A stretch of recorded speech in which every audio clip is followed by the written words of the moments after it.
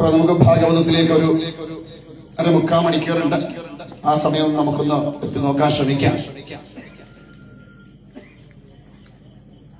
അപ്പൊ നമ്മൾ മധ്യാഹ്നം പറഞ്ഞു വെച്ചത് ഇവിടെ ശ്രദ്ധിക്കണേ, എല്ലാവരുടെയും ശ്രദ്ധ ഇവിടെ ആയിരിക്കണം. ശരീരം മാത്രം ഉണ്ടായ പോലെ ശ്രദ്ധ കൂടി ഇവിടെ കൊടുക്കണം.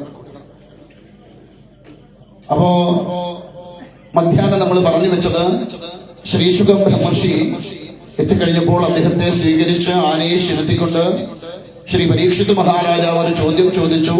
ഈ ജീവനെ രക്ഷിക്കാൻ എന്താണ് ഉപാധി, അല്ലെങ്കിൽ മരണഭയമില്ലാതെയാവാൻ എന്താണ് ഉപാധി? അതിനാണ് ഭാഗവതം ശ്രീശുക ബ്രഹ്മർഷി ഉപദേശിച്ചു കൊടുക്കുന്നത്.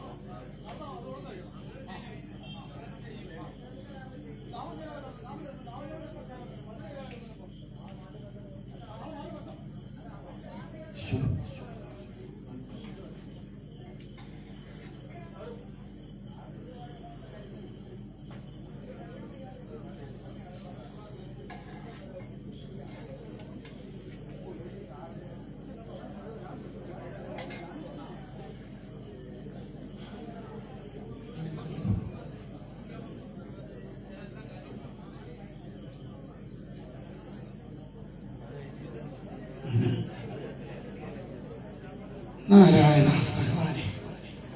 അപ്പോ പരീക്ഷിത് മഹാരാജാവ് ഭാഗവതം കേൾക്കാനായിട്ട് തയ്യാറായിട്ടിരുന്നു.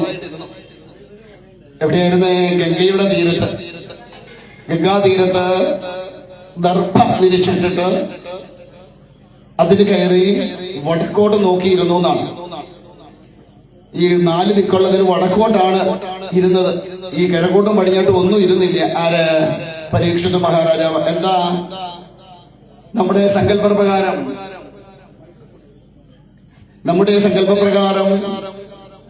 വടക്കൂന്ന് ഒരാൾ തെക്കോട്ട് തിരിഞ്ഞിരിപ്പുണ്ട്. ആരാ? ദക്ഷിണാമൂർത്തി എന്ന് പറയുന്ന ലോക ഗുരുവായിരിക്കുന്ന ഭഗവാൻ. ജ്ഞാനദിക്ക് വടക്കോട്ടെന്നാണ്. പോകുമ്പോ നമ്മളൊക്കെ പോവേണ്ടത് വടക്കോട്ടാണ്. പക്ഷെ നമ്മളൊക്കെ പോണത് എങ്ങോട്ടാ? തെക്കോട്ടാ. അതുകൊണ്ട് വട്ടം കറങ്ങി വീണ്ടും ഇവിടെ വന്നു കിടന്ന് ഇതുപോലൊക്കെ ചെയ്യേണ്ടി വരുന്നത്. നമ്മളൊന്നും വടക്കോട്ട് പോവാൻ ഇതുവരെ നമ്മള് തയ്യാറായിട്ടില്ലാത്തത് കൊണ്ടാണ്. പോവേണ്ടത് വടക്കോട്ടാണ്.